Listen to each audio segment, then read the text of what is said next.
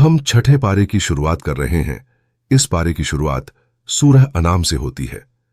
अल्लाह ताला अपनी हम्द और तारीफ बयान करते हैं कि सारी तारीफ उसी के लिए है जिसने आसमानों और जमीन को पैदा किया और अंधेरों और रोशनी को बनाया, लेकिन फिर भी कुछ लोग उसके साथ दूसरों को शरीक ठहराते हैं।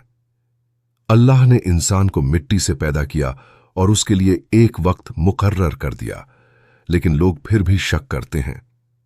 अल्लाह ही किसी ही आसमानों और जमीन में असली माबूद है। वह तुम्हारे छुपे और खुले सब हाल जानता है।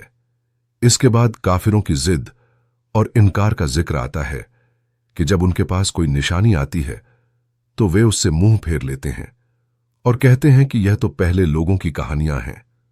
वे कुरान को झुठलाते हैं जबकि वह हक है। अल्लाह ताला फरमाते हैं कि बहुत सी कौमें उनसे पहले आईं जो ताकत और माल में उनसे ज्यादा थीं, लेकिन जब उन्होंने गुनाह किए तो हमने उन्हें पकड़ लिया और उनकी जगह दूसरी कौमें ले आए।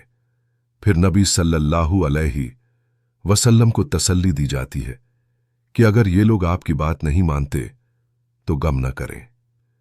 पहले भी रसूलों को झुठलाया गया, लेकिन उन्होंने सब्र किया, यहां तक कि अल्लाह की मदद आ गई।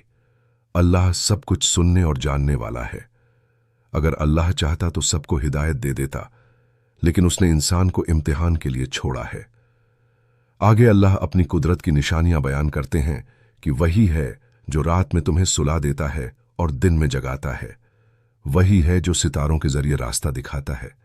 वही है जो बारिश बरसाता है और उससे तरह तरह की फसलें उगाता है। खजूर, अंगूर, जैतून और अनार, जिनमें अलग अलग स्वाद और शक्लें हैं, इन सब में सोचने वालों के लिए निशानियां हैं। अल्लाह ताला फरमाते हैं कि कुछ लोग अपनी तरफ से हलाल और हराम ठहराते हैं और कहते हैं कि यह जानवर और खेती हराम है, और कुछ को बिना अल्लाह का नाम लिए जिबह करते हैं। यह सब झूठ है जो उन्होंने अल्लाह पर बांधा है। अल्लाह ने साफ हुक्म दिया कि जिस चीज पर उसका नाम लिया गया हो उसे खाओ, और जिस पर अल्लाह का नाम न लिया गया हो उसे न खाओ। शैतान अपने साथियों के दिलों में शक डालते हैं ताकि वे तुमसे बहस करें, लेकिन अगर तुम उनकी बात मानोगे तो तुम भी शिर्क करने वालों में हो जाओगे। फिर बताया गया कि क्या वह शख्स जो मुर्दा था और हमने उसे जिंदगी दी और उसके लिए रोशनी बना दी, जिसके सहारे वह लोगों के बीच चलता है, क्या वह उस शख्स जैसा हो सकता है जो अंधेरों में पड़ा हो और वहां से निकल न सके? इसी तरह काफिरों को उनके आमाल अच्छे लगते हैं। हर बस्ती में बड़े लोगों को गुनाहों का सरदार बना दिया गया ताकि वे चालें चलें, लेकिन वे अपनी ही चालों में फंसते हैं और समझते नहीं। इसके बाद रिज्क का बयान है कि अल्लाह ने जो खेती और जानवर पैदा किए हैं उनमें से खाओ और फिजूल खर्ची न करो।